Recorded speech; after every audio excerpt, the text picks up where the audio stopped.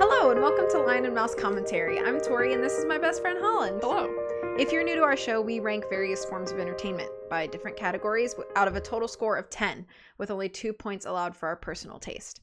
We'll break everything down as we go, so you don't have to worry. Feel free to agree, disagree, or just learn about something new. Be sure to tread lightly. There will be hot takes and spoilers ahead. Cut to the intro.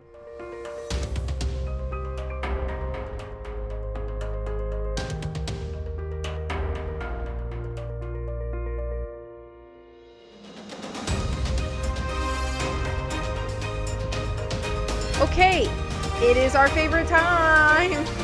Today I chose the final movie, Twilight Breaking Dawn Part 2. We have reviewed all of the movies. Oh, please don't. Do not. We have reviewed all the movies of the series with this episode included. So this was familiar to me, blind to Holland. Kind of. You knew a lot of the memes. But I did. Social media kind of ruined a lot of things. Yeah. So. But other than that, blind to you. If this is new to you, here is some spoiler-free background. So, Breaking Dawn Part 2 was released on November 16th, 2012. It came not exactly, but almost exactly a year after Part 1. It's directed by Bill Condon again because he directed both Breaking Dawn films. They did them both back-to-back. Story was again made by Melissa Rosenberg based on the novel by Stephanie Meyer, and once again produced by Karen Rosenfeld, Stephanie Meyer, and Wick Godfrey. Running time of 115 minutes. That's about 110 minutes too long. And stars the same cast of characters that we've known: Kristen Stewart, Robert Pattinson, Taylor Lautner, Billy Burke, Peter Facinelli as the top 5 billed cast. I'm not going to rehash too much about it because it's been a lot of the same for everything, but as we have done from the beginning, I'm going to read the Google synopsis because it is the funniest one, I think. So I have to read it dramatically. Bella awakes as a vampire from her life-threatening labor, and her newborn daughter, Renesmee, proves to be very special indeed. While Bella adjusts to her new state of being, Renesmee experiences accelerated growth. When the Volturi learn of the baby's existence, they declare her to be an abomination and sentence the Cullens to death. Bella, Edward, and the rest of the clan seek help from allies around the world to protect their family. Good job. Thank you. You know, that sounds like an interesting movie. Okay. Sort of. Would you like to kick us off? Oh my gosh. This is my favorite Twilight movie because it means we're done reviewing them. Got him. No. Okay, so first category for movies is plot and story delivery. My score out of a total possible score of 2 was 0 out of 2. I guessed it correctly. Like your little hand motion. Yeah. 0 out of 2. This is the stupidest plot I think I've ever seen in film. Not really, but I can't think of one that's stupider than the plot of this movie. Honestly, this was the stupidest thing I've ever seen in my life. Specifically, voiceover at the beginning of the movie. I hate voiceover. I don't understand. The biggest problem I have with this movie is, part of it is the ending, but then also I feel like in watching this whole movie, there's like nothing that compels me to care about any of the plot of this movie. The whole premise of the conflict of this plot is basically it was all just one big misunderstanding, which is the lowest hanging fruit. There are children's novels that won't even go there because it's such an easy trope to do. And then on top of that, we have the other horrible trope that should never be, I don't think it should ever be used in cinema ever again. It's already overused in television, kids' TV shows, but it was all a dream trope at the end. So the whole conflict is just a big misunderstanding. And then when we're going to resolve the misunderstanding, We have more conflict, but that conflict was all a dream. Like, are you kidding me? I wasted an hour and how long was this movie? Hour and 115 minutes. 115 so almost minutes 2 hours of my life watching nothing happen. At the end of the movie, nothing happened compared to what was going on at the beginning of the movie. It was ridiculous. So, a couple of things that I have specifically is, one, I didn't know vampires have telescope vision. That was the weirdest thing ever. When what was it when Bella's looking like she's a vampire and she sees the guy like falling down the rocks or something? It's like suddenly we've just like binocular vision with, or like when she like in the very first scene when she wakes up and she can like see the dust floating in the air and you're like, huh? Since when was that a thing with vampires? There's so much exposition in the first 10 minutes, but nothing about it is important or relevant to the plot. Just like little things like Bella gets all mad about Jacob like imprinting on her daughter, which was problematic in the last film, but now we're gonna have somebody finally acknowledge that this is problematic, and she's like, go away, and then in the next shot he's laying on the couch in their house. So wow, she really meant that. Like, please. They even have the this like nonsense back and forth of like, is Bella dead? Does her dad think she's dead? Does he just think she's sick? Are we going to tell her she's dead? Are we going to tell him she's dead or not? Like the whole, like that whole conflict that was like back and forth. I spent as a viewer going, is she dead or not? Like, did they tell people she's dead or not? And it was so unclear in the movie of whether or not Bella was told to the public, especially her dad, of whether or not she was dead, which again is a terrible thing to like include in this film. Yeah. It's like, let's convince Charlie that Bella just died and she'll just never see him again. But the vampires are fully willing to just reveal their secret to a 17-year-old who could just like to completely ruin their lives. But, you know, a grown adult who's a cop who clearly keeps lots of secrets in investigating police work. No, we shouldn't tell him what's going on. Never mind, it would be helpful to have a lawman on our side. I just think I don't have this note. Stupid. I don't have this note, so I'm gonna just piggyback on right here. Yeah. It is crazy insulting as an adult looking at how stupid they think Charlie is, or treat him like he's stupid. And I'm like, you literally married this dude you'd known for a year right out of high school, and then immediately had his vampire baby, and you think your dad is the idiot here? Yeah. And like he can't handle this thing? Like, right. You are so dumb. But like all the Cullens think that too. Right. It's like, it's so insulting. Life. And like now as an adult, I look back and I'm like, Charlie's actually like the only character in this entire series that actually has any sort of semblance of sense. And you're telling me that in their like centuries of life, the Cullens have never been like, you know, there's every now and then you can find a human who's trustworthy. Like, they told the maid at the house last time. Bella knew? Bella knew, and she's a dumb teenager. Literally. Like, you're telling me they can't be like, maybe the dad, who's a cop, and also the father of our new daughter-in-law, maybe we shouldn't tell him that she just died and she never is allowed to see him again. Maybe that wouldn't be the required course of action here. Like, that whole plot, stupid. It was so stupid. It's very insulting to Charlie. And it didn't make any sense. Like, there's no, like, background. You're telling me in all of their lives, the Cullens have never told another human about their existence? Clearly not. Yeah. I also, thought overall, like, the tone of this movie, there were a lot of really weird shifts in tone. It's like, one moment we're having, like, this, like, really serious conversation about like the baby growing too fast and like Bella being a vampire and like her dad might think she's dead, and then all of a sudden we have like this vampire Jedi training montage of where Bella has to like use her powers, and like then we have to have like this make under montage where she's like, here, you have to pretend to look human, never mind that you're basically being the same as you were when you were in your bedroom all like depressed. Like, there's not a big change here. Like, it was so corny. And then I thought the whole, like,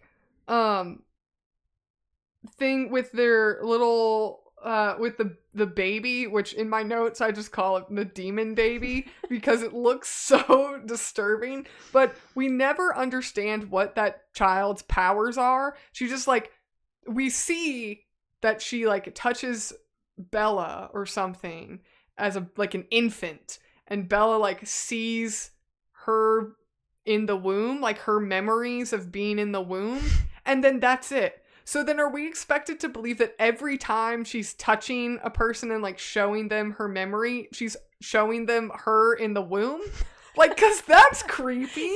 Like, that's how I'm gonna... You want to see where I hung out? For 9 months? Actually, not no, really. No, because it was accelerated. It was so fast. This is my first bedroom.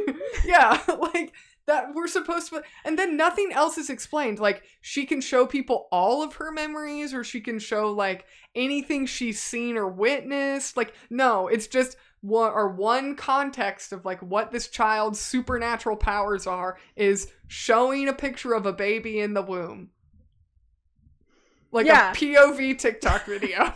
Like, why did we not explain this? All this exposition we have for stuff that's so ridiculous and nonsensical and doesn't even contribute to the plot, and we can't even explain what this demon baby's powers are. And we're gonna spend time with Bella and Emmett arm wrestling outside. Yeah. But we're not gonna explain Renesmee's powers to you. And then Charlie, that we think is too dumb to know that Bella is not dead. She's a vampire. Or, like, she's somehow been, like, supernaturally altered by these supernatural spooky people. Like, then she shows up with a baby that is rapidly aging, and Charlie's just like, okay. Don't ask. Yeah. Like, okay. So he just, like, accepts it just completely. You know, he's already suspicious that, like, this isn't your niece. Yeah. Clearly. You guys look the same. Like, he even comments that, like, she's got your eyes or whatever. And then we're just going to be like, yeah, coincidence. Oh no, we're going to be like, yeah, we still can't tell him anything. Even though he's clearly figured things out. Yeah. Like, they really do insult Charlie's so intelligence. I also think that, why...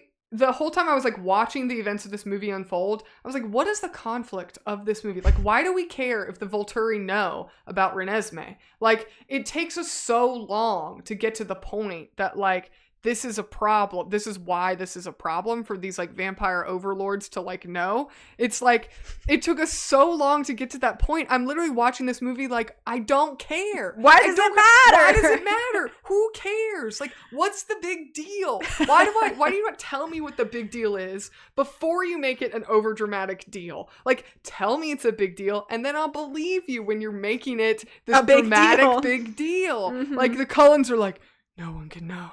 This is a big secret. And it's like, why? Like, just flip the two, like, segments, and then I'll care. Yeah. Like, it's something so simple. Just editing could have fixed it. True. But that's how it goes in the book, too. So it's confusing. Yeah, but it's still bad storytelling. I felt for so much of this movie, I'm like, I don't care.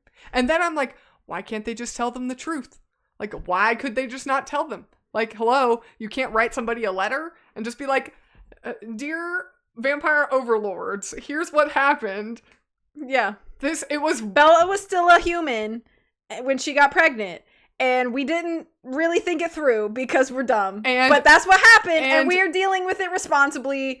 You don't have to worry about nothing. Everything's cool. Have a lovely day. And it was even witnessed and observed and explained by a licensed doctor. Yeah. So, like... Who also used to be on your council. This whole movie could have been an email. Like, literally. You're telling me vampires don't have emails? Uh-huh. They have text messages, clearly. Like... Maybe in Italy, where the Volturi live, they don't have emails. They don't partake in technology? I don't know. How did they get from Italy to America? Fly on a plane? Boat. Just kidding. That's why it took them so long to get there. They turn into bats and fly. Like, maybe. And then that's the other thing. You're telling me that, like, this is so dangerous, and the Volturi figure it out, and it takes them so long. They have to like rally a Volturi army. Like they don't have little spies like all over the world that they could be like, hey, go check out those. But they don't have email, so that's why it took them so long to get everybody. Passenger pigeon or something. Like messenger pigeon, carrier pigeon, something. They couldn't be like, hey, go check this out for us. Like, see what the Cullens are up to. Clearly, that lady that lied, Irina, or she was mistaken, she was able to tell them what was going on. So, literally, all they needed was somebody to be like, let's get another source to verify if this baby is really a demon baby. Which is just good research. Right. That's just called good police work. Yeah. Get some extra witnesses. Apparently, the Volturi are not very reliable journalists. No, it was so dumb. So dumb. I'm like 30 minutes into the movie. I wrote it down. 30 minutes into the movie, and I didn't care. I had no reason to care why the Volturi knew about this demon baby. Also, when Irina makes the mistake and she was the witness and they find out and she turns to the Volturi and she's like, I was wrong, I'm sorry, or whatever. They just kill her right then and there. That is a punitive work culture. That is a bad, like, nobody's going to report anything now. Like, you don't punish people for reporting possible crimes when they're wrong. Like, that was the most ludicrous thing I've ever seen. Nobody's going to tell the Volturi anything now. Like, it would make sense if they had, like, rewarded her with, like, riches or something for, you finally found the downfall of the Cullens. Here's a throne and a palace. And they're like, yeah, we gotta kick you out now. Okay, that would make sense that she's having some kind of comeuppance. Or maybe if she did it, like, to try and gain the Volturi's favor or something. Okay, sure, that would have made sense. But no, we're just gonna, this person made an honest mistake that was trying to report something that, in their world is an extremely heinous crime, and she was mistaken because she didn't go ask the Cullens, hey, what's going on with this demon child here? And they just kill her right then and there. What kind of work environment is this? What kind of Volturi vampire overlords dynamic is this? They're evil. Clearly. Then why does anybody keep them in power? It was just so... It was stupid. I also thought, my other notes I have is I thought it was weird that the vampires are like superheroes now all of a sudden. We have the Avatar, master of all four elements, and we have all these other vampires. Shout out to Remy Malek. Yeah. Dude, what? And then we have like all these vampire superheroes just like, we'll assemble the Avengers against the evil Thanos vampires. Like this suddenly became a superhero movie where we're recruiting Professor Xavier's X-Men. And I was like, this is a weird turn. And then at the end, I feel like we still have no resolution at the end of the film. Like it culminates to this whole thing, and we think they have a really epic battle, but actually that wasn't real. And then at the end, it's like, okay, we were wrong. Bye. Have a great day. At the end, like, nobody gets any justice. Nobody gets any comeuppance. Nobody gets anything, like, for this whole conflict of the whole movie, like, oh well, never mind, was like the attitude by everybody at the end of the movie. And we still have a lot of unanswered questions, like with the creepy imprinting, and like Charlie still doesn't know, and like all of it is just, there's still so much that's not resolved at the end of the movie. And then like the movie ends and the credits roll and you're like, that's it? Like, this whole movie that could have been an email, and then at the end we don't even get like a satisfying resolution of the story. It was the dumbest story to begin with, and then at the end we don't even get like a happy ending for anybody. Well, we didn't die. Right. How mediocre. Right. So I have a note and I don't remember what it means. You want to just spit it out? I was about the whole like, oh, it's just one big misunderstanding. That I wrote that the misunderstanding trope, somehow I wrote that there are witnesses instead of just doing it to the bad guys. No idea what that means.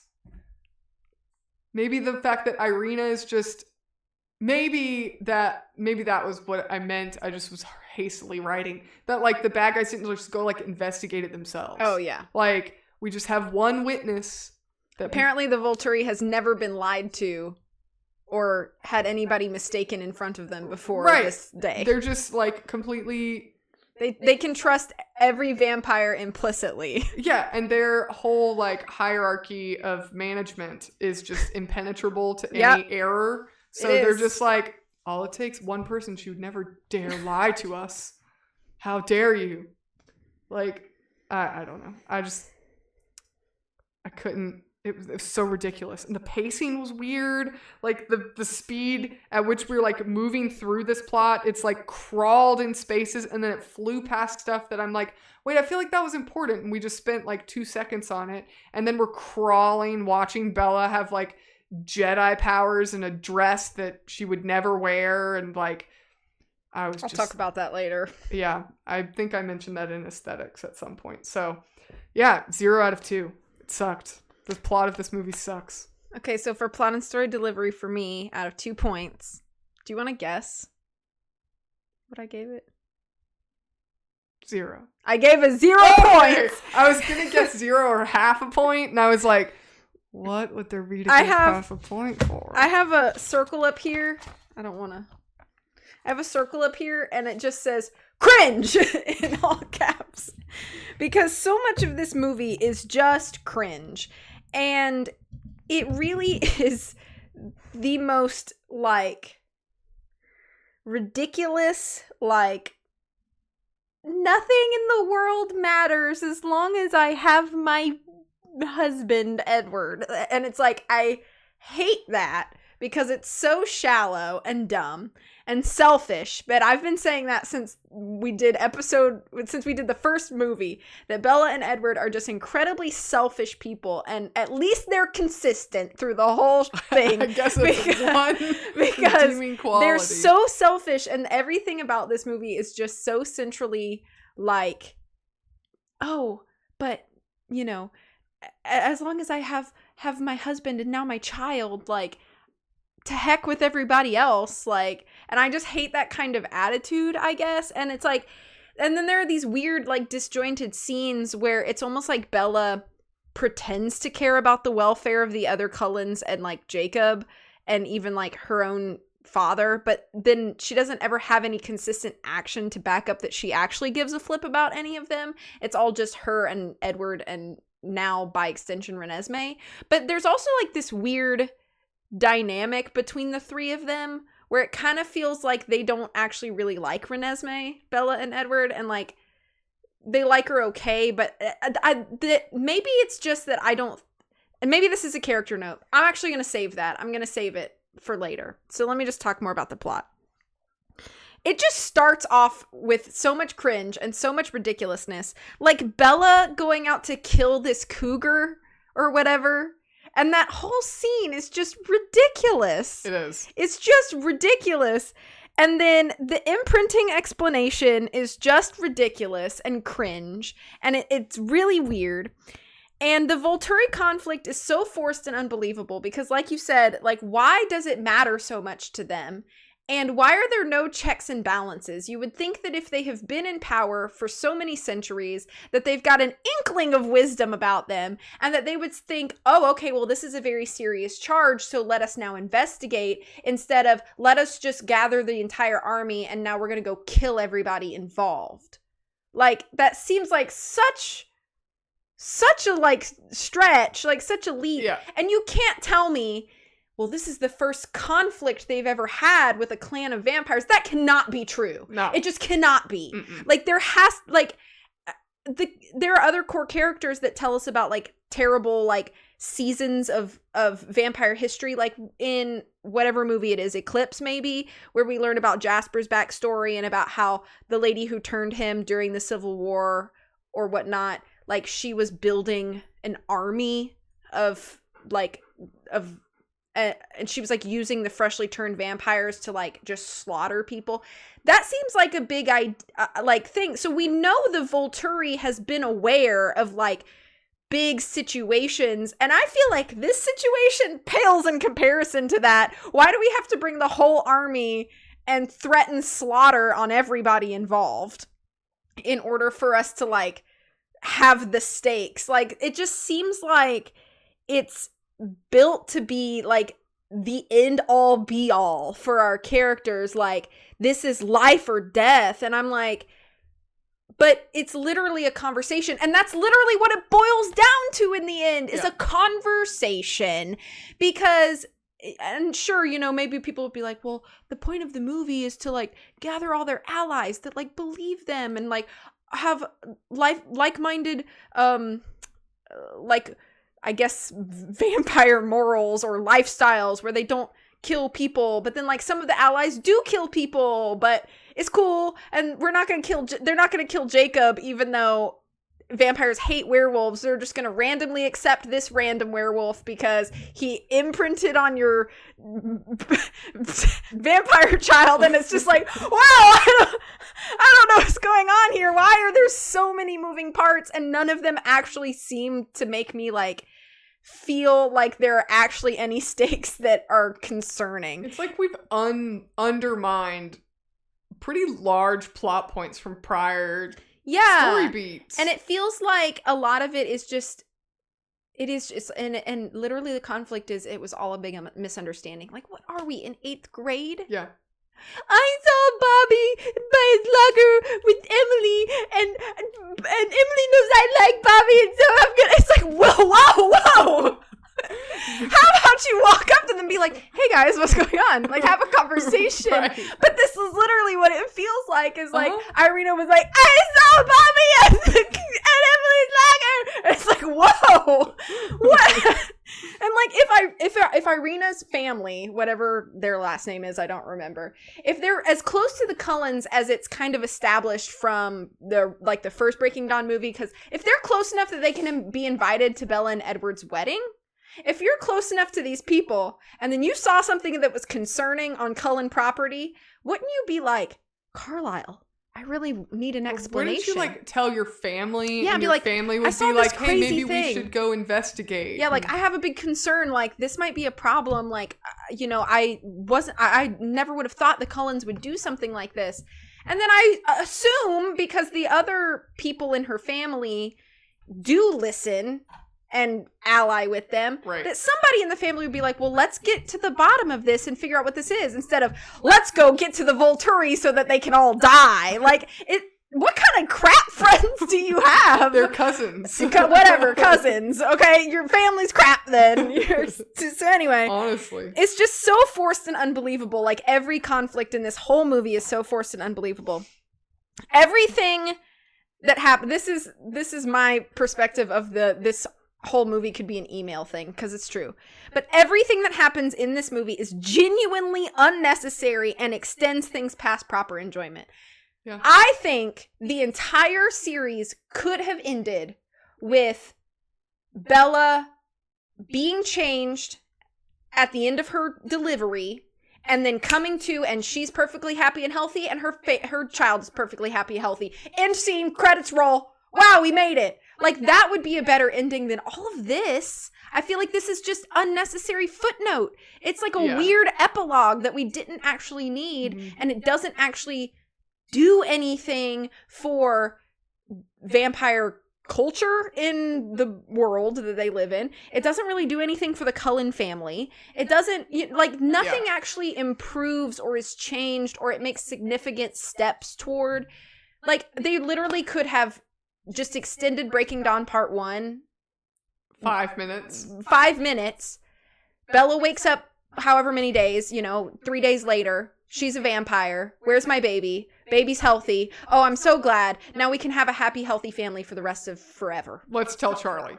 Roll the intro, or roll the credits, you know? So it's like, it just, everything is so unnecessary. And then my last note, really, before I want to move on, is there's this plot point where Bella's, so, like, it's established in the very beginning of the series in Twilight that Edward's ability is that he can read people's minds, but Bella is the one person whose mind he cannot read. So they explain that all this time later by making Bella's vampire ability mean that she is a shield, and that's what they call it. And so the basis of that is that Bella can nullify any other vampire's ability. Oh, I spent like the entire movie not understanding what the heck they were talking about with that at all. Yeah. Like, it was so unclear. It is unclear. And I also think that it feels like retconning. It does. Because in my perspective, and I felt this way as a teenager too, so this isn't a new thought that I've had, but I think I can articulate it better now as an adult. It feels like retconning because it feels like Stephenie Meyer is trying to be like, I have to give some sort of logical reason that's not just Bella isn't like other girls. So it feels like this weird retconning thing that comes in at the very last second so that people who have stuck through the series this long can finally be like, oh, it makes sense now. And it really doesn't make sense. But that was a great accent. Thank you. From the South. The hand gestures with it. Which is great. But you know what I mean? Like, it feels like it's like a last minute. But it doesn't make sense because you're telling me that's what I'm saying. It doesn't make sense. That Edward could read minds before he was a vampire?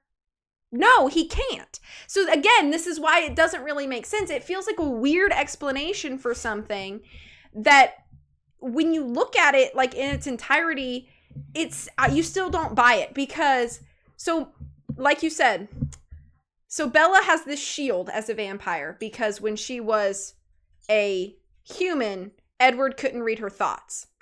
But if she was truly a shield, then doesn't that mean that when she was a human, Alice shouldn't have been able to see visions about her, but she did? Right.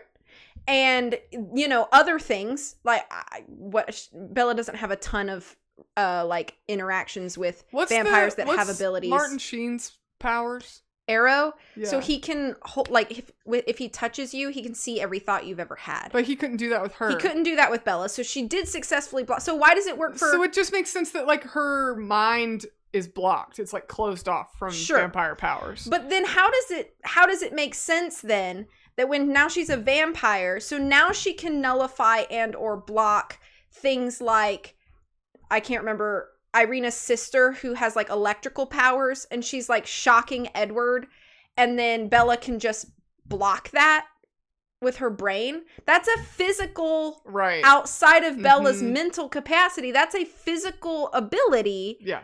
That what's-her-face has toward it. How does it, I don't understand how it works. I thought it was kind of like it's kind of like if you took a shield and like encapsulated the attacker in it, now they can't attack anybody outside the shield. Like, it's like you put them in a force field. Right. That's kind of how I understood it. But it still doesn't make sense to me that she can do that, but yet she never has, or Alice has never had an issue seeing visions about her future. If it has to do with Bella's mind, then would it not just be that people cannot look into her? Like, it's just weird. Sense. It's just, I feel like it doesn't have it doesn't translate into like the vampire ability. I think they should have just given her a new one. Right. Like I think just ability. Like trying to tie those two things together just feels weird. Like it didn't actually answer the question of why Edward couldn't read her mind or never could. Yeah. So I just, it just felt like a bad, poorly thought out like retcon there. Yeah. So all of that to say, that's all the notes I have. It's bad. 0 out of 2. Okay, so our next category is characters. So total possible score of 3. I gave this a 0. 0 out of 3. Yeah, it's trash. These characters are all stupid. There's certain points we try and like touch on with characters, like believability, consistency, growth, character development. And next to all of those, I wrote none. There's no believability. There's no consistency. There's no growth. I wrote next to like where we would put the number. I wrote next to the number 0 out of 3. I wrote nothing happens, because nothing happens in any of these characters at all. Some things happen to them, but even then, not much happens to them at all. It's like the majority of these characters just kind of stand around and talk for the whole movie about the weird convoluted plot points that could have just been an email. And then that is like intermingled with like superhero recruitment and Jedi training. Like, it's the weirdest movie ever, but like nothing happens like with any of the characters in this movie. The other thing I didn't like about the characters, is I felt like we were introduced to way too many characters. Like, what do you mean you don't like a 40 character grouping in your movie? Cast of people that I have to try and like figure out who these people are or why, because again, we're doing a Professor X School for Gifted Youngsters recruitment of all these people which then became useless. We didn't even need to recruit them. It was a waste of time, like spending and investing in trying to figure out who these people are, because it was all a dream at the end of the movie. The acting, I would say the acting is decent in this movie compared to like maybe the first film. Like, I feel like the main cast especially, their acting does improve in this film, in the sense that, like, to an extent, I believe that they believe what they're talking about. Although the material they have to work with is so limited. There's just, they have nothing. They have nothing to work with. And so, but that like minor, like positive point, if you could call it that, I don't think is enough to redeem the characters of the film.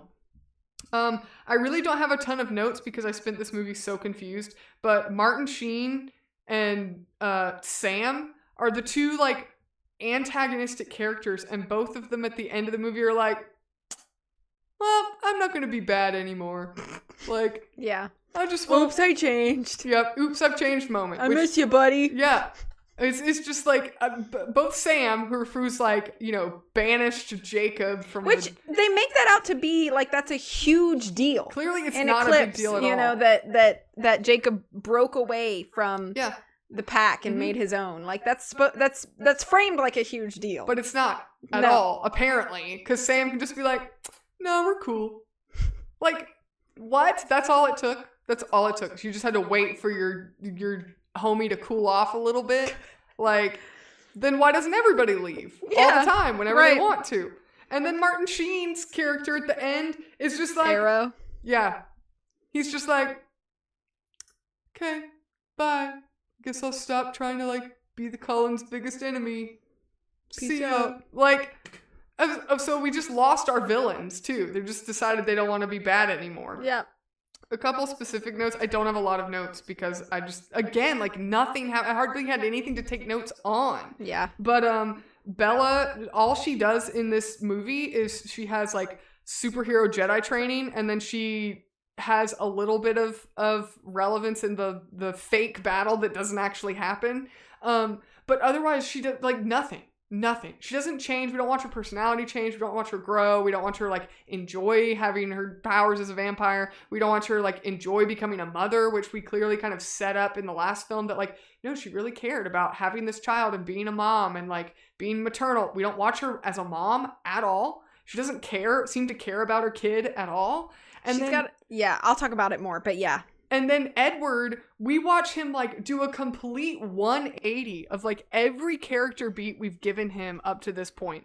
It's like his whole reaction to Bella as a vampire completely contradicts every prior movie. Because every prior movie he's like, you don't understand. It's being a vampire is really like this horrible curse, and like you have to learn how to control yourself, and oh my gosh, it's so miserable being a vampire. And then this whole movie he's like, yeah, Bella, get him. Yeah, she's gonna beat everybody up. Yeah, that's my wife. She's gonna beat everybody up. Yeah, it's fine. You can just lose control and hurt people and, you know, whatever, break things. Yeah, it's kind of cool now. Like, what?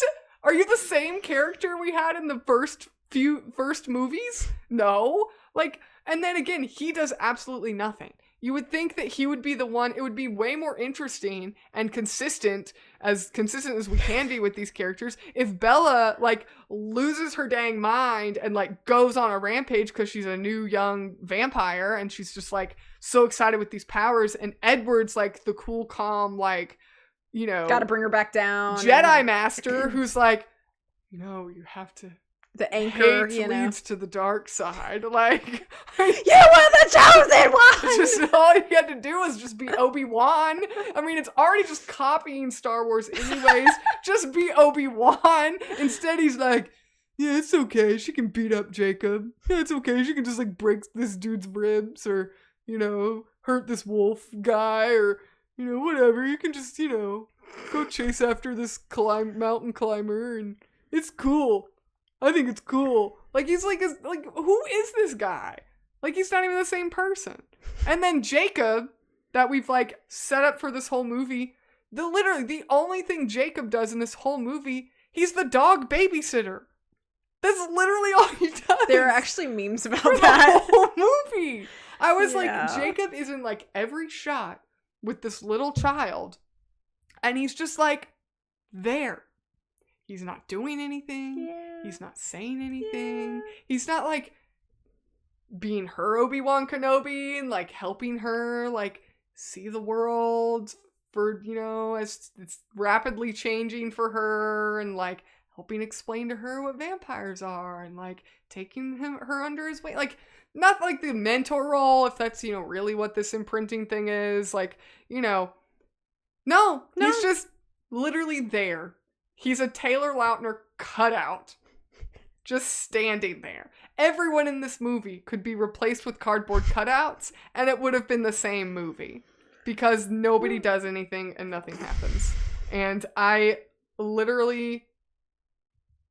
the only, like, good thing that Jacob does, I applaud him for telling Charlie the truth, but you do know how to tell people this appropriately. We watched you do this before. It was the most awkward scene ever of him, like, telling Charlie, and he's like, I have something to tell you. And then he proceeds to just take his clothes off. Like, what are you doing, man? You've clearly told people this before and haven't done it in this manner, and we've watched you do that.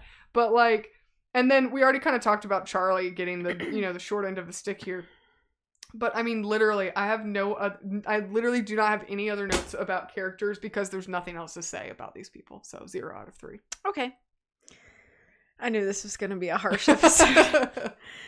For me, for characters, out of 3 points, I gave it half a point. Look at my generosity. How? Look at my generosity. So, I'm going to save my positives to the end because there's only, like, one. So, first of all... It should just be called a roast of the Twilight series, and we'll just, you know. So, first of all, the problem here is that every character, I think, has moments that are entertaining, but I don't think any character has any good moments of, like, connection to the audience or to each other, really. And that's kind of where everything hangs that I'm about to say. But first of all, Jacob went from so simpy to so creepy. Yeah. He's so weird about so many things, and like the whole Renesmee thing is creepy anyway, but he's also like a little bit weird toward Bella still, especially when he was like, remember how you just wanted to be around me all the time? That's gone now, right? And she's like, yeah, it's gone, because she's like all mad, you know. And you named my daughter after the Loch Ness Monster, whatever it was. Actually, you named her something really dumb. So anyway, I think the nickname is an improvement, but that's neither here nor there. Yeah. But he's like, that's gone now, right? And she's like, yeah, it's gone. And he's like, that's because it wasn't you that wanted me there. It was Renesmee. And I'm like, how?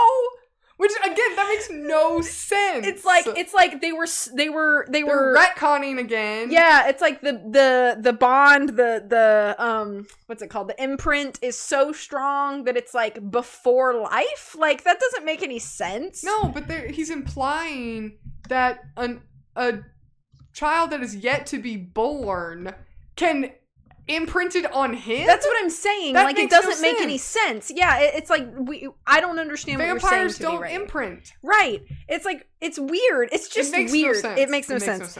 But, and then like he's creepy toward Charlie. So then it's like especially for like somebody like me who thinks that Jacob is like a decent character through most of the film. And then by the time we get here, I'm like, never mind. Yeah. Because, like, it just gets so strange.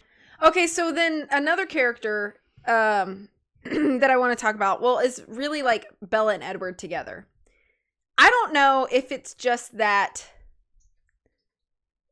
I don't know. Okay, so Edward and Bella do not in any point actually feel parental in this movie. They don't. There is no paternal or maternal anything vibe or instinct that I seem to get. And it's like there are a few shots where it's like supposed to be these like heartwarming moments where like there's a scene where like Bella brings Renesmee into the room and she like runs to dad and and Edward like picks her up and they're kind of like talking and ha ha ha with each other, and it doesn't feel real. No. It feels like Robert Pattinson picked up his niece or something, but it doesn't actually feel like familial. And I don't think there's enough moments of the three of them together for us to really understand their dynamic. If I was Charlie, I maybe would buy that this was just some niece, nephew, or cousin, because they don't actually act like her parents. They act like her babysitters or caregivers. I feel like Jacob acts more like a parent to her than Edward or Bella does, and he feels like a babysitter too. And I just think it's so weird.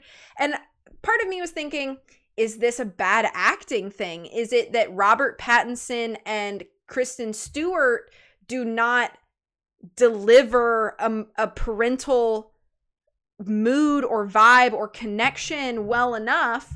And then another part of me is like, maybe it's because half the time they were acting alongside a weird doll and that they CGI'd a face on. I'm sure that wasn't helpful or easy, but Rosalie makes it more believable that she gives a crap about this baby than Edward and Bella ever do. And so it feels like, and again, maybe this is consistency with character, I don't know, but since Bella and Edward have consistently given the impression that they are selfish people, a lot of this movie feels like they take Renesmee and the fact that she's alive and like kind of like a miracle of a child, if you will, and they almost kind of make it about themselves and how like, you know, look how special I am to have carried this vampire child and made it. And like, you know, it's like, I feel like there is a level of like pride there, but not the same kind of pride that like a parent would normally have of their child. It kind of just feels like I don't know. It's weird for me to describe, but it kind of feels like they view Renesmee as like a trophy more than a child in a way. Yeah. But then they say and do a lot of things that's like, we have to do this for her protection and blah, blah, blah, blah, blah. But it just feels like they don't harbor any true parental or familial affection for your child. She's just kind of there. They meet all of her needs. Like her needs are met. But even then they don't. The Cullen family does. Right. But so I mean, it's like, you know, I don't know. It's like, I wouldn't say they're neglectful of her, but it just doesn't feel like that natural warmth that a parent would have with their child. Well, but it also feels like she's not Edward and Bella's child. She's the Cullen. She's like the family child. Yeah. And it does feel weird. Vibe. It's like a weird dynamic, and I don't love it. It's like Rosalie spends all this time holding her, and then like, you know, Jacob's like following her around all the time, and there's like, even when like, what isn't there a part where Edward and Bella go to this like house by themselves or something like that? Yeah, they have like a home on the property that's like tucked into the woods. And it's like they go there and it's like, where's the kid? Like, where's their child? Like, yeah, I don't know. It just feels weird. I don't love that. There are far too many new characters in such a short amount of time that some of these characters this is another problem with the fact that like, this is from book to movie. It's an adaptation thing. Sure, maybe, but it's still not great in the book. But like, you have a huge cast of these like secondary characters that are contextually fed to you like they are incredibly important people. And then some of these characters that are incredibly important, we're told that they're incredibly important, don't even get a line. Yeah. They're like the Irish family that comes in. I don't even think they mention their names in the film. I don't even remember them existing. It's like the girl with like the red curly hair and then like the older couple. It's like the three of them and they just sit like this. in the Cullens house while like everybody's gathered and they're like, this is the Oh. plan or whatever, and it has like little vignettes of like the two like Amazonian women, and then it cuts, you know, blah blah blah, and they're just there. And they don't have any lines. I genuinely don't think they even mention these characters' names. If you hadn't read the book, you'd be like, what? Who are those people? Yeah. Those are extras. You know, like, but it's just, it's sad because we have all of these characters and we can't connect to any of them. So we don't care about any of them. So it's just this complete cycle of just unnecessary fluff. It just all feels like unnecessary fluff. Charlie is the only intelligent one in this film. We've already talked about that. I'm not going to hash that out. But they really do just like treat him like he's a stupid sack of crap. And like, I hate that for him because I think Charlie's great.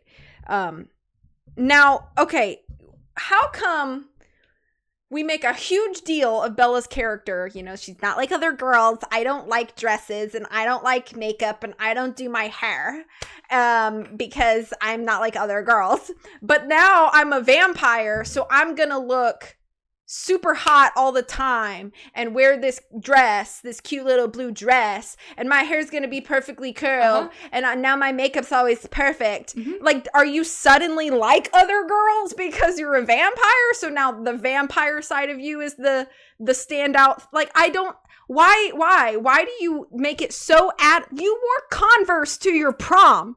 Why are you now cool? You made a whole big deal Wasn't she about barefoot at her wedding? No, she asked Alice if she could be barefoot at the wedding Oh, because there you go. I That was can't it. wear heels. I can't That walk was it. in heels. Yes, you can with practice. That's why you're practicing. That's what Alice tells her. And I'm like, how come in The first time I wore heels, I had to practice. Yeah, like anybody would. You know? But Bella makes this whole thing like it's such an inconvenience to wear heels that on the most important day of my life, I'd rather go barefoot.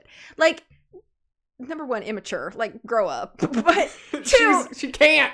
She's only 18. But like, it's been like 6 months since your wedding, okay? And now you're totally cool. Just and she's going and meeting. Like, there's that scene where she's trying, like, Jasper and Alice with leave. The guy to make her passports. Yeah, and she meets this guy, and she's wearing like a business dress. Yeah. And she sits down. I'm like, this isn't actually you, right? Yeah. You made it abundantly clear that you were uncomfortable dressing like this. How come now that you're a vampire, you suddenly are? I don't know if it's supposed to be that, like, now that Bella's a vampire, she suddenly has a confidence she didn't have before. If that's the facet, you need to deliver that to us as a story point. You did not. But having confidence doesn't mean that your taste or your style would change. I agree, but like they gave us no explanation at nothing. all. So like any sort of explanation would have made it better than this sudden inconsistent character note. I also loved that whole part when she's going to meet with that guy to give the fake passports for Jacob and the Renesmee demon child. That whole scene took place like almost immediately after they spent all this time emphasizing the fact that Bella doesn't know how to be human. You have to relearn how to be human. Here she is meeting somebody in a is public just, place like, walking with along. humans all around her that she should be tempted by. Yeah. I don't No, but even then, she's just like, she sits down so naturally and just like, you know, doesn't throw the chair across the room by accident. Yeah. Doesn't move too fast. And she's a fast learner, apparently. Apparently, her Jedi powers are just getting better every day. Those are all my negatives. My positive, my only positive, and this is for the half point, which I think is generous, is I really do think that watching the whole series now, the acting has come to its best point here. And I think there are some really nice moments. While the material is trash, I think that it's delivered as best as it can be delivered. And it's evident now that the cast has become very comfortable with one another. And I think a lot of those moments are more believable than they used to be. They do feel more like a family at this point. But yeah, it's not great, but it is improvement. So I'm going to give it that credit and just give it that half point out of 3. Yeah. I do agree. I think the acting has improved, but the reason I didn't give it a half point for that, and I'm not saying that you are wrong. I'm just explaining to the viewers why I didn't, even though I agree with that point, is because for me, I felt like it only merited like 0.1, and I'm not going to round up. Sure. So that was just, I'm not. It's worth mentioning to you, but not enough to even merit that much of a weight. Exactly. That was kind of how I saw it. So our next category is aesthetics. Out of a possible score of 2, I gave this 0 out of 2. And I went back and forth because this film isn't unwatchable. It's not like you can't, like, oh man, I couldn't even make it through. It was so like the visuals are like distracting or jarring. But the reason that I gave it 0 is because in all the ways that we needed the visuals to count, they failed. And I also kind of hold this film to a bit of a higher standard, because even though if you compare the visuals of this film to the original Twilight, the very first Twilight, you're like, oh, but it's so much better. Remember how blue the first one was? At least they committed to that. Like, they made that stylistic choice, they committed to it, and that matched kind of the overall theme and, like, feel of this, like, we're not expecting this movie to be anything great. Sure. Which, from my recollection of, like, hearing people talk about the making of the original film, was that nobody expected it to be anything successful. And now here we are on literally the end of the saga, if you can even call it that. And it's so poor. Like, some of the choices were so poor. It's almost like they decided we don't have to try anymore because people are going to come watch it even if it doesn't look great. And there were a lot of things that I just thought were just not good. The sound mixing, I thought it was terrible. You're having to turn the volume up and down. Like, it's an egregious sin, I think, a cardinal sin of cinema.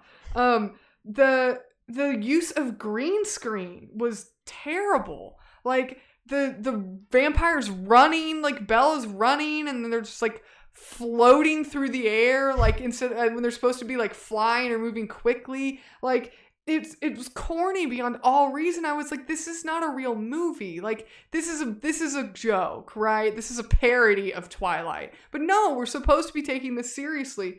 I did mention, like, the dress that Bella's wearing when she wakes up as a vampire. That's not the dress she was wearing when we ended the first film. So who put her in that? Like, how is she wearing that? We know Bella didn't pick it out, but apparently, like you said, this inconsistency in costume choice with Bella was just so weird. The Kristen Stewart's wardrobe, it changes drastically. There's like you mentioned, I kind of put this in aesthetics. I feel like it was a costume choice. I think it does play into character, but like, she's wearing these like very like trendy form-fitting dresses that are like very not Bella. And then in like a scene later on, she looks like a secretary at like a Fortune 500 company. Right. Or she's, going on a night out with the girls to a club or something. Some fancy dinner date or something. Like, and then there's a scene later on where I think maybe she's like, I don't remember where in the movie, but I think she's outside, like, with maybe talking to Charlie or like taking Renesmee or like something like that. And she's wearing she's back to wearing like jeans and Converse or Vans and like a zip up hoodie. And it's like, okay, so there's her like regular wardrobe choice. So then why has she been wearing these outfits before? Like, it's so inconsistent. And then compare that to the wardrobe she's wearing at the end of the movie at the final battle thing. It's like, none of this matches. None of this feels like we're telling the same story. Yeah. Like, I don't think they even knew what they were like trying, they don't even know their intent behind it. The CGI of like the water and smoke, like with the Avatar guy who's not the Avatar, the Avatar vampire, like the water and different smoke CGI, it looks really, really fake. The snow, like, you can tell that whole final scene and a lot of the snow, it's filmed on a soundstage. Even the way the lighting hits them doesn't look real. It doesn't look like they tried to make it look like natural daylight. It looks like they're standing under, like, on a soundstage. When they're walking across the snow, they don't even leave footprints in the snow. It looks like they're literally walking on a hard white surface that we know is just green screen that they colored white, and like the shadows they leave behind, like all of that just doesn't look real. I thought the the part with the whole CGI baby that they have does not look believable. It's nightmare fuel. It doesn't even look like they tried. I don't understand. Why would you not just use a real baby? Yeah. Like, or a doll, just a baby doll. Like, that's just stays wrapped up and nobody sees its face. Like, come on. Your audience is not gonna, like, take you out and you know, put you on trial for just using these conventional film methods. Why? Like, did somebody get a grant and they were like, you have to develop a new animatronic CGI merged baby for this film or we won't give you this $10 million. Like, what happened? Like there had to be some like logistical reason behind this CGI baby that it doesn't look real. It looks like it's the most bizarre from what I looking understand thing. So watching some of the behind the scenes, from what I understand, they had like various sizes of baby doll, right? And then they would CGI a face over the existing baby doll face, which is weird. And like one of the like toddler size dolls is like on display in Forks, Washington at the Twilight Museum, and it's like really creepy. But I'm just thinking to myself, like, why do you have to go to all that work? Like, why not just get baby dolls that look better or design baby dolls that look like how Renesmee should look? Or if you like, need a toddler size, like, get a toddler size kid. Yeah, just cast a toddler. And if you're going to CGI map the face, like, you might as well do it on a baby or like on a real kid. Right. Yeah. And put some dots on their face. And like, it's very strange. Well, and the other thing is, like, I heard in like maybe some cast interviews or something, like on social media, that like that the baby was insanely heavy. So, of course, Robert Pattinson, the actor, is not going to look natural holding a 75-pound, like, baby. Like, he's bracing and, like, oh, you know. Like, back hurts after that day. Yeah. Whoa. He's got to wear, like, an apparatus to, like, strap it to himself or something. Like, true. It was so distracting. Like, this should not be a distraction in this film. The part I thought was so laughable was when they, like, Dakota Fanning, like, yeets that baby into the fire. I was like, is this a And the baby's like, it's a doll. It's clearly a doll. Like, we were okay with that. Like, at that point, I was like, is this a comedy? Like, again, it felt like a parody of Twilight. But my biggest problem with this was the final fight scene. Like, they're running at normal speed, but we're supposed to believe they're, like, moving super fast. And, like, the fight choreography I thought it was terrible. Like, here we've recruited all these X-Men to, like, use their powers, and then nobody's using any powers except Bella, who's just standing like this. Like, I thought we were going to have this big, epic battle. It's because she's using her mind powers to shield everybody. Right. She couldn't even just, like, do this. I mean, that would have been more believable. But, like, we have all these people that we brought together because they have these superpowers. And then we're just going to run at each other and, like, punch each other and, like, rip people's heads off. And, like, why did we ask the Avatar to come? Yeah. Like, he's not even using his Avatar powers. He's just running really fast. Actually, he's running normal speed. True. He's not even speed running. We're not even having a speed run fight. It's just, I was like, this is the most unbelievable thing. And it doesn't even make sense for the story because we've spent this entire movie going, we have to get the superheroes to come join us. So we got to assemble the Avengers. And then we're, like, not even using any of their powers. They're just running around. And then it's like with the wolves, the werewolves, one of them dies, right? Does he die by getting, like, squished? I can't remember if it's Leah or Seth. It's one of those two. One of the siblings. Yeah. But does he die by getting squished? I think so, yeah. I thought only a new vampire could do that. Apparently a full-size vampire can do that? I guess so. So then the whole thing in the last movie was useless. It was just dumb. It was dumb. All the visuals that should have been, like, adding to the believability of the story retracted from the believability of the story. So that's why I give it 0 out of 2. Okay, so for me, for aesthetics, I gave this 0.5 point out of 2. The sound mixing is absolute garbage. Why okay, overall, why did we start on a low note with the first Twilight film, and then we got better aesthetically? We did get better, and now we back at square one. Well, like, you might as well just put a blue tent over everything at this point, right. And we're just back to the original. You could say it's for nostalgia. I don't know. Yeah. So the sound mixing is absolute garbage. We should know by now how to mix sound and sound effect and music and dialogue. Like, why is this suddenly a challenge for us? I don't understand that. Creepiest CGI baby ever created. Yes, agree. I'm not going to hash that out. But baby doll Renesmee should also be yeeted into a fire. Yeah. Burn it with fire. There was this thing that happened multiple times. I wish I had written down what specific scenes, because now I can't remember.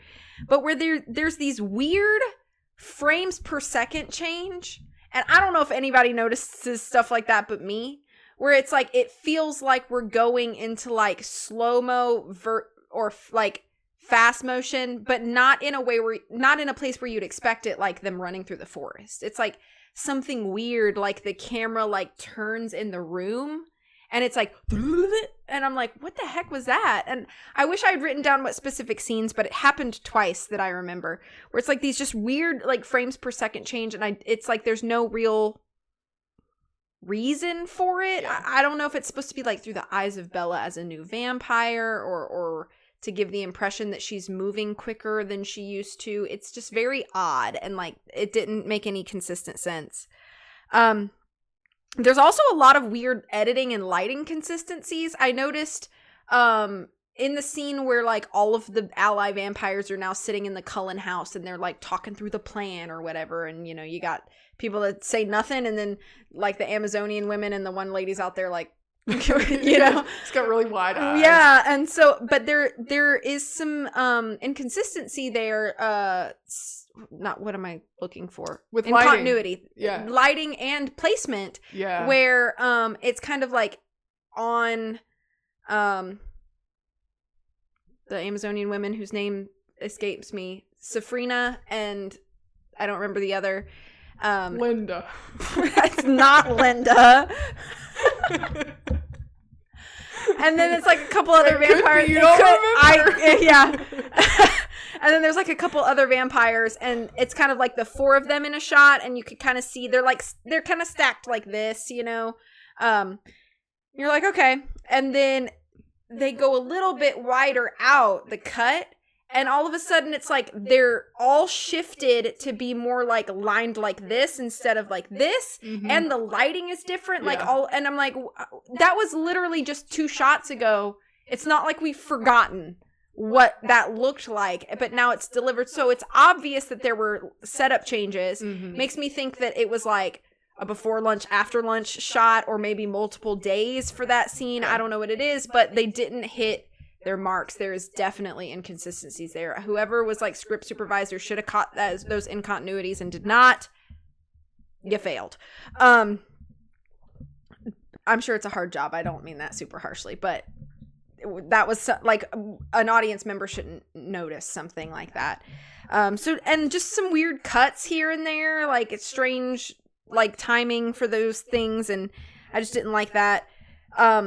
The whole scene with like the flashback, and you know, Jane shows up and she throws the baby into the fire, and it's supposed to be such a serious scene to show that the Volturi are so strict and rigid with what they believe to be their proper rules that they will harm a vampire child for the sake of protecting, you know, vampirehood or whatever it is, you know, however you want to explain it.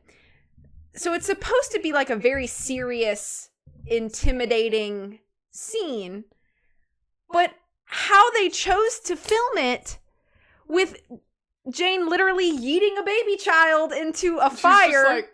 Yeah, and then the baby's like, you know, it's like you can't like, yes. You ruined like it. A doll just. What they should have done is they should have framed it in a way where it's like you see Jane's back and there's like the fire in front of her. She's facing the fire and she's holding a baby, and you see the movement of her arms like this, and then you just see the flames burn. We didn't have to see a baby doll flying through the air to understand. Or even if you wanted like a dramatic shot from like below her, like, you know, lifting with her face, and you just see her arms, and then her arms come away. But like they could have staged that 4 or 5 other ways that would have made it more believable and not suddenly made this feel like we are watching an SNL skit all of a sudden. Like and it killed the mood, and like such a jarring shift. And it's like we're sitting there, we'll talk about this in a little bit, but like we were sitting there with a couple friends watching this, and all of a sudden we were all just like, we just like died laughing because we had to pause the movie. We were laughing so hard. It's ridiculous. Like, what is happening here? And so just things like that, it just kills the mood. Like the whole mood is killed, and now your timing is killed. Like everything, everything's killed. Now the two good things that I think deserve the half point is I do think that they do pretty good choosing the score and sound effects. This is something that I think is pretty consistent in the Twilight films. All negatives aside, I do think they have a pretty consistently good score, and I think it's usually pretty appropriate. Now, soundtrack songs are kind of hit or miss for me. I think some are really, really good throughout the series, and some are kind of weird and jarring and kind of break your immersion a little bit. But I think the score specifically is consistently good. I think that's true here. I think a lot of the sound effect choices are really nicely. Now, sometimes the sound effects don't visually match up, and that is a problem. But as far as like audibly, I do think that whoever was audibly choosing some of these sound effects, I don't know if they were pre-recorded sound effects or if they had something like Foley. I didn't research far enough to find out, but either way, I think a lot of that is decent. And I also do think that whoever was costuming chose great things that look good on camera, especially for all of these, you know, the band of brothers that show up, and they're from different parts of the world. And I think they do a very good job at representing whatever that culture or you know, country that those vampires have come from. And I know a lot of them are like, especially like the 2 like Russian vampires or whatever they are. And they're stereotypical caricatures. Their accents were terrible. But I have to give credit to the fact that like they're dressed like what you would think to be like the old school. No, I don't think so. I think they That's look fine like, if you disagree. I'm just saying they look like the Count from Sesame Street. Yes. They're like they do. They're but like I'm saying cartoon that, like, characters. Yes, but I'm saying that like they at least gave enough of an effort to like distinguish each of these people.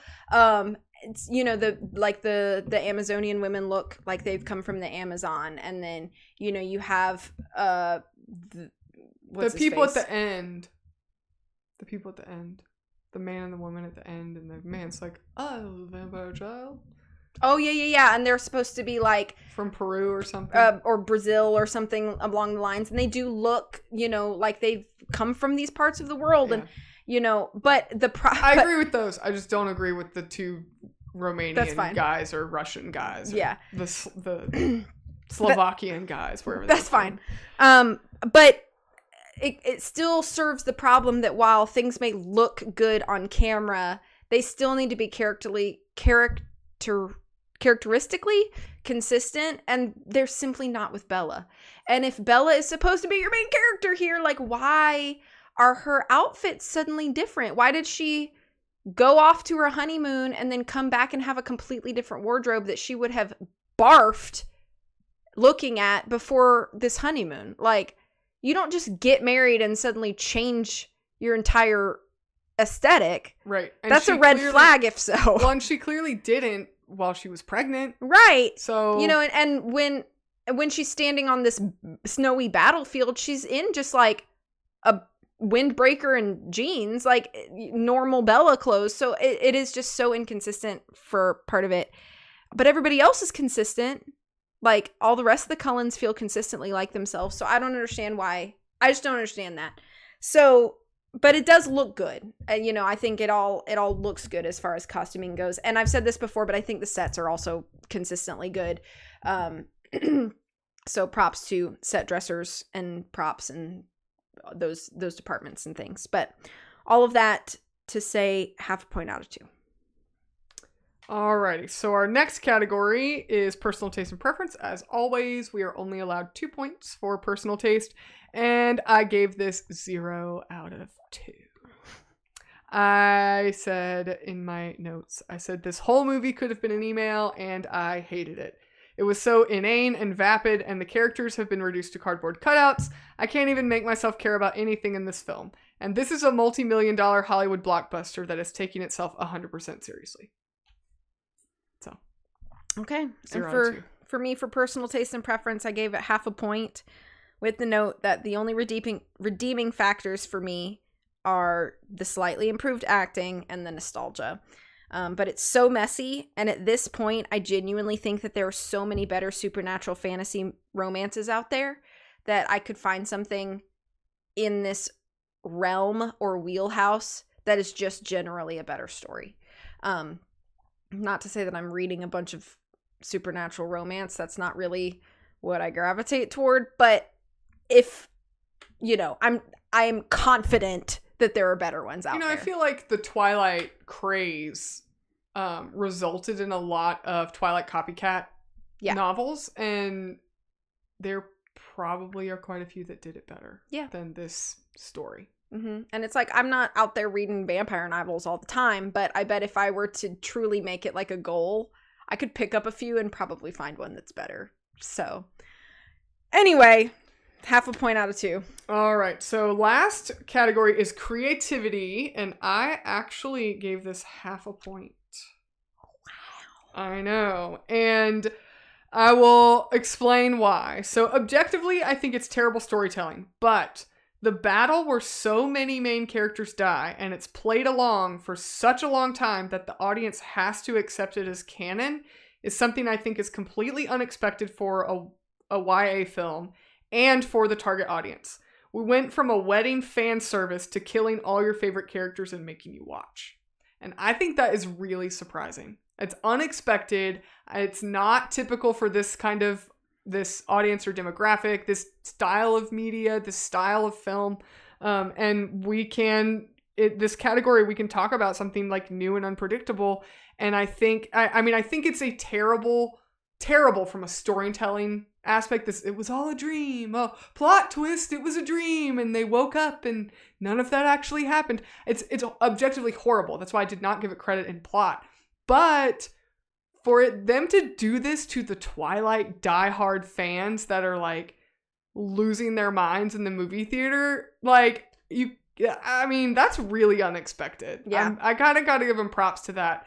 And not just for making that effort, just having the guts to even do it. Yeah.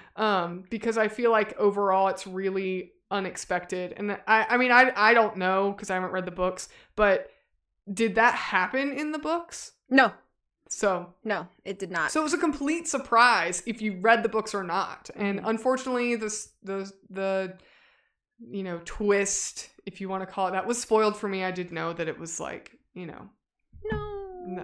not a twist ending. So I didn't get to experience it completely blind. But I had to think about it. And I was like, young adult or films based on young adult movie or young adult books and films that are targeted for a primarily teen audience and a predominantly female audience typically is not bold enough to make that kind of move in their filmmaking. Yeah. So that's for that reason I felt like I had to give that credit. Mm-hmm. And I think in a way it's kind of become one of the most iconic things that people that aren't even necessarily familiar with Twilight, they know the first movie and they know that twist at the end. So it's kind of become part of the iconic pop culture presence of Twilight. So I had to give it 0.5 point for that. Okay.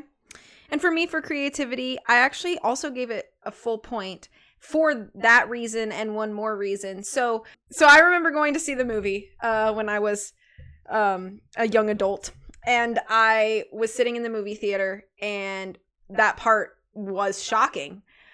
if I remember correct, it's been a long time since I've read the books, like longer than the movies have been out.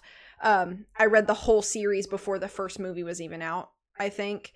Or maybe I was in the process. I don't remember. But I had finished the series by the time this movie had come out. And if I remember correctly, basically how they handle it in the book is that Jasper and Alice come back.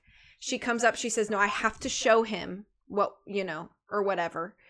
And Arrow takes Alice's hand and she shows him the battle and how it would happen. But it's not brought down to the audience's level. It is literally like, from Bella's perspective, she's watching Arrow and Alice hold hands for like a couple minutes, and then Arrow breaks away and says, we must return home, or whatever he says, okay, we have no business here anymore. Mm-hmm. So it's like, we don't see any of that. That's what they did in the movie, but the way that they frame it makes it look like the scene picks up as Arrow is like, oh, well, we're going to fight you anyway. Right. So they frame it in a very clever way in the movie so that by the time, big spoilers here. So like, for real, if you do not want to be spoiled, mute me for the next 2 minutes or click away. So by the time they get to the point where Arrow holds up Carlisle's decapitated head in the theater, it's just like one of those things that I feel like you don't experience a lot anymore because people don't go to the movies the way that they used to because everything's on streaming. But the entire theater at the same time goes, and like, it was just like the craziest feeling because nobody was actually expecting them to kill Carlisle, which to the working knowledge of every audience member at that moment, that's what they had just done. Right. And the lady sitting 3 seats to my left stood up and goes, no! And I just remember being like, what is going on right now? Oh my gosh. And so like, as silly as it says, it was like a moment in pop culture history. Yeah, that will pretty iconic. Yeah, it's like, we'll never have that moment again. Of like being in the theater opening night and like seeing that for the first time as a collective fandom, like as silly as the series is, as bad as it is, as much as it's not really holding up in regards to like storytelling. Well, I feel like it's similar to, and I'm not going to say the spoiler, but I feel like it's similar to the really big spoiler in the Star Wars, the new Star Wars movies. Sure, yeah. With, again, like episode 7, 8, 9? Yeah, okay. The really big spoiler. That I feel like that was another thing. It was a shared experience in the theater. Right. And people tried really hard to keep it a secret. Right, so because you want people to experience it that way. Yeah. And so that was a moment, I think, that was just in pop culture history now. It's going to go down in history as like, we did not see that coming. Mm-hmm. And so, again, while I don't think it's great storytelling in the long run, I think the impact that it had at the moment is worth noting. And overall, I have to say there is no series of this kind that has become this iconic, and I really don't think it's going away anytime soon. I think Twilight will stay famous for even more decades to come.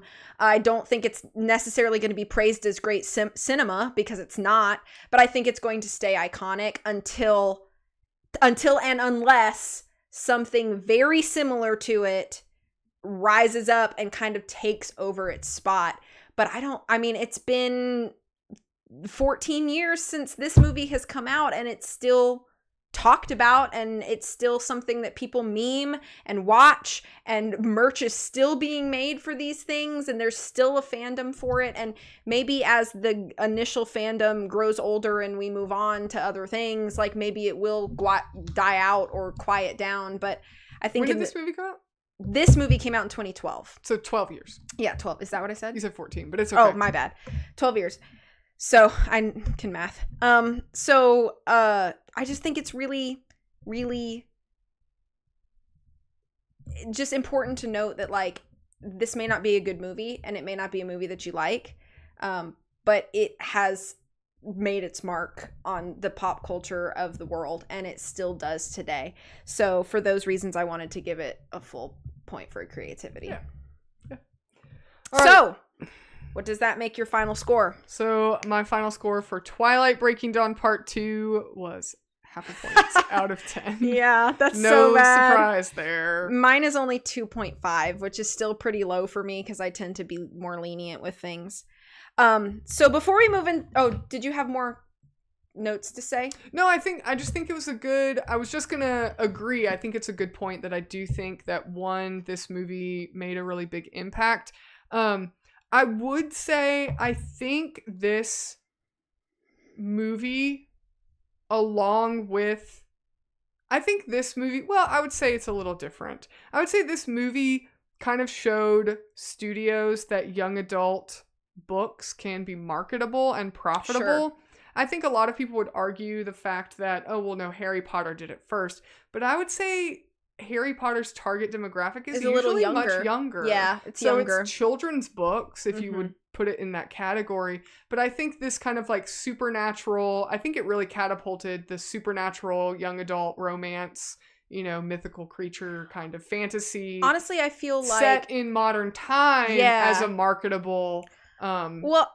Maybe this is speculation on my part, but I also think like maybe if it was not for Twilight and its series, I even think like in TV series there has been a trend in this sort of thing where it's like young adult supernatural things, especially stuff that's been on the CW like Riverdale and other shows like that. I feel like kind of fit this vibe. The Vampire Diaries became a series. It makes me wonder, would that not have been? I mean, the Vampire Diaries books have been around longer than Twilight. But I think that it's well, I guess you could argue to that point, maybe you could say, well, these kind of supernatural stories have been marketable and present in television. But sure. Prior to, now, I don't, vampires, werewolves, those movie monsters have been around since since movies have existed. Right. The 20s. Yeah.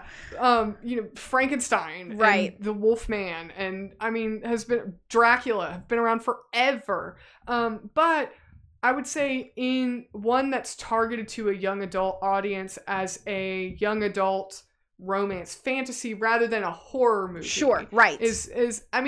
I'm sure there are films, if we really dug in the weeds, the really cinemaphiles that just know every movie ever, I'm sure there are movies that came before Twilight. Nothing that left its mark on pop culture the way that Twilight has. Yeah.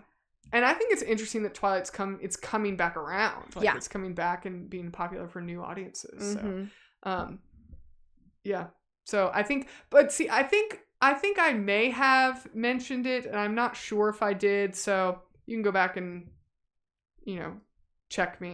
fact check me. I think I attributed that to the first film because I think sure. the first film really was where that impact was, not necessarily this film, but I do think the point still stands. Okay. So before we move on to lightning round, we did want to give a special shout out to our friends Adam and Jillian. So, hello. We're here. We know you guys listen to us, so hi. Thank you. But when we were prepping for this episode, we were actually visiting Adam and Jillian, and so we watched Breaking Dawn Part 2 with them in their house.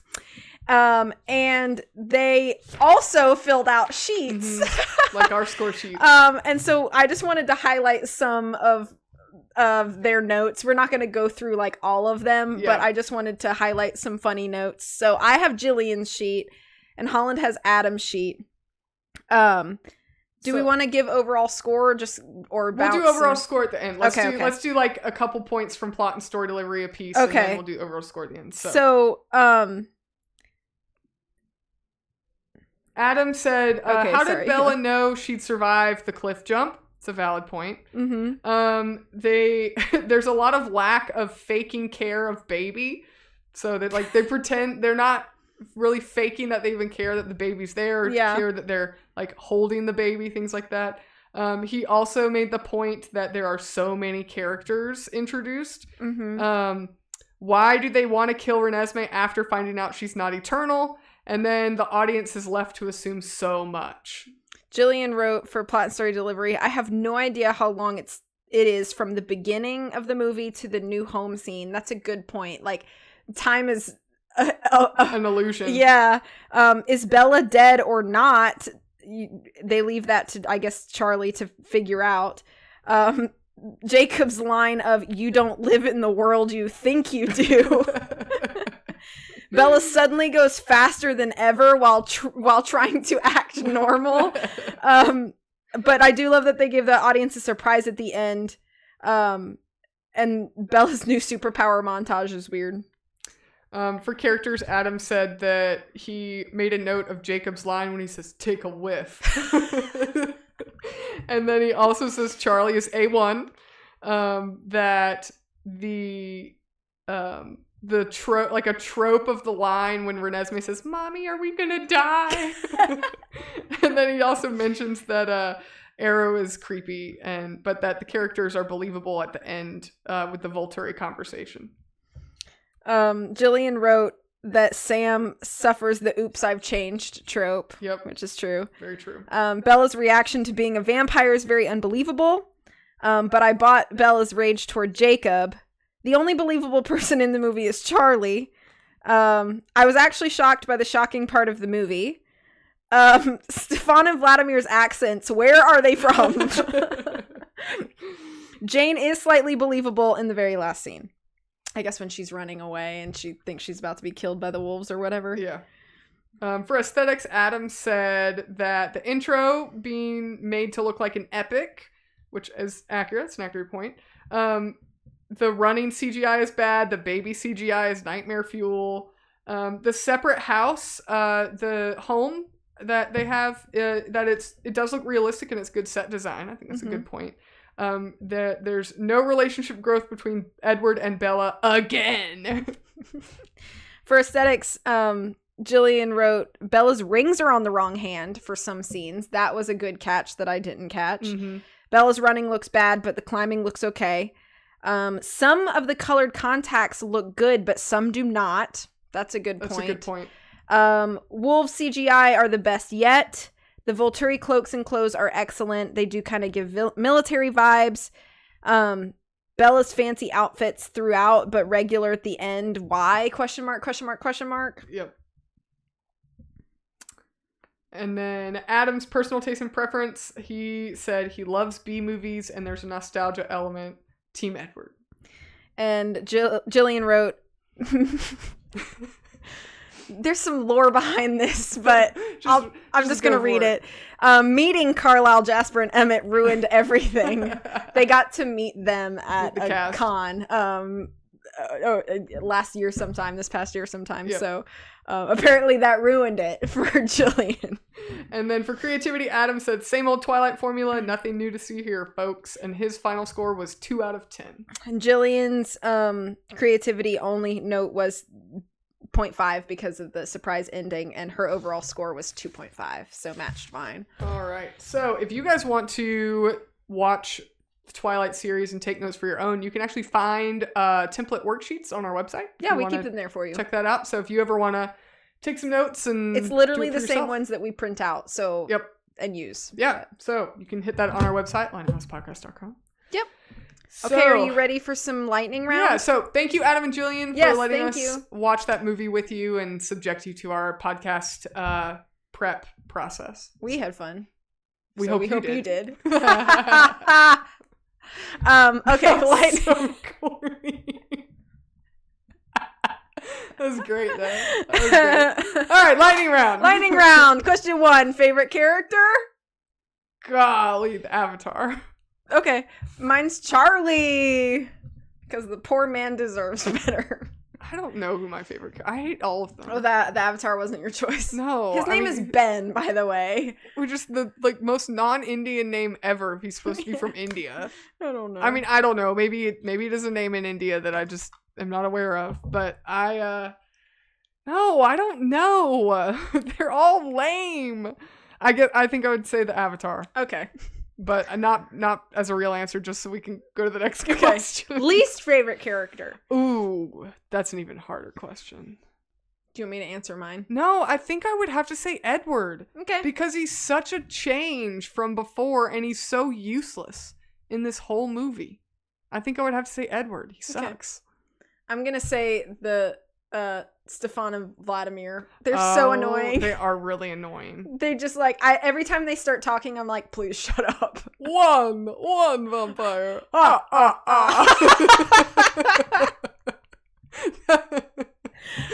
what died in the whole movie. There's such a caricature. It's sad. It is. Okay, favorite scene? I don't have one. They all suck.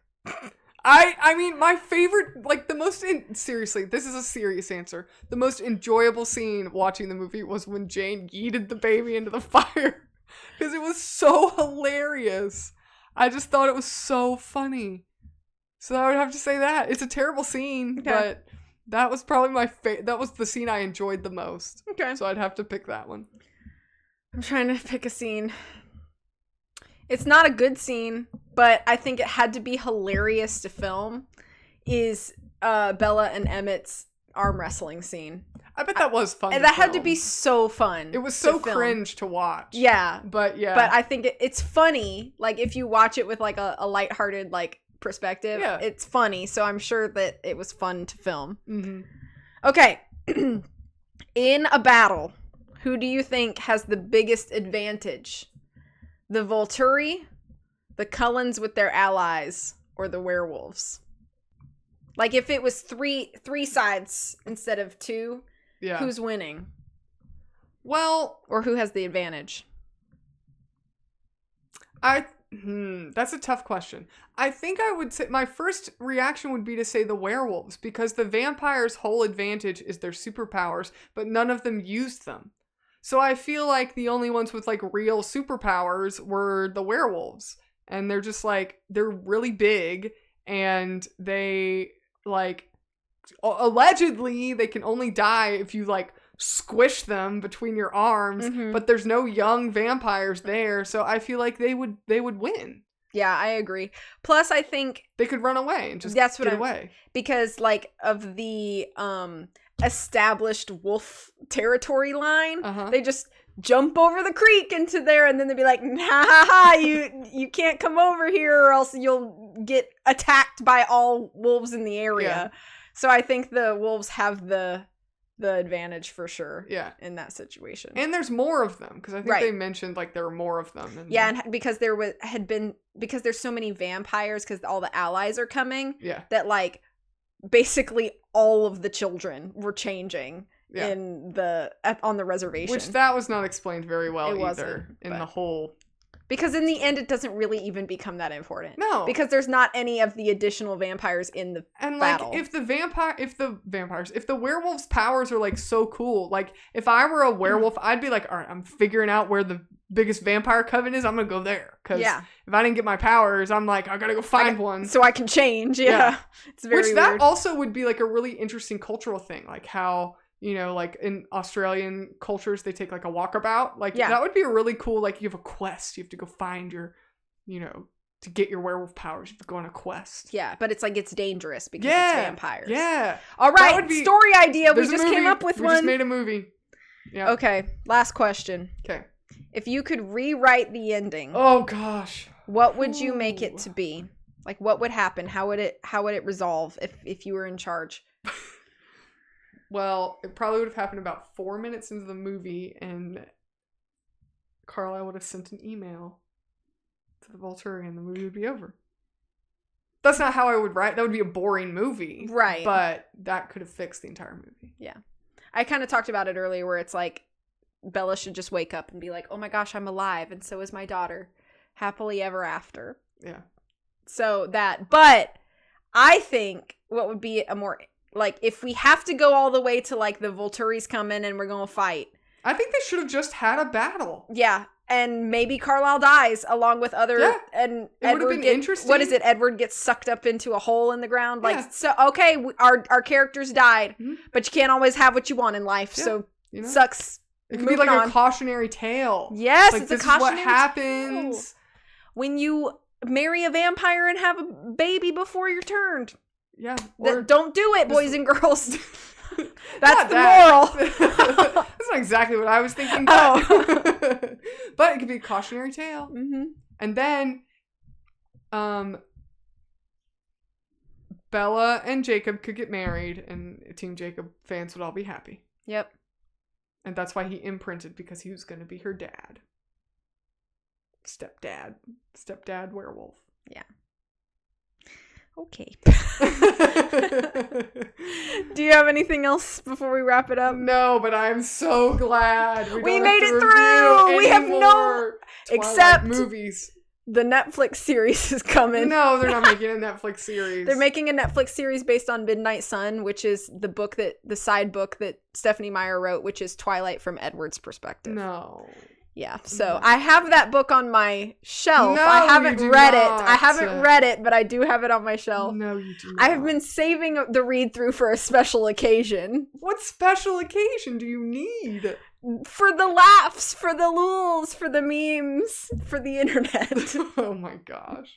Anyway, but there is a Netflix series. Subscribe to our Patreon and we'll read the book. I'll read Midnight Sun to you. To me, and I'll have to sit here and listen to it and provide live commentary. That would be so funny, actually. We would do it if we wanted it. We would, yeah. Let us know in the comments. Yeah. And thank you so much for joining us on this episode. We hope you had a good time, because we did. If you have an idea of what we should review next, you can leave us a comment or use our suggestion box on lineandmousepodcast.com. We have a listener request coming up soon in a few episodes, so prepare yourselves for that. You can also find links to our show notes, Patreon, socials, all that jazz at our website. And if you could please review this episode wherever you listen to your podcasts. If you're watching this on YouTube things help. Like, comment, subscribe. Hit that like button or whatever. Smash that like button. Comments also help with the algorithm and help us to be suggested to people who are watching similar things on YouTube. So that does help. And we appreciate all the support either way. Thank you so much for listening, because we'll catch you in the next one.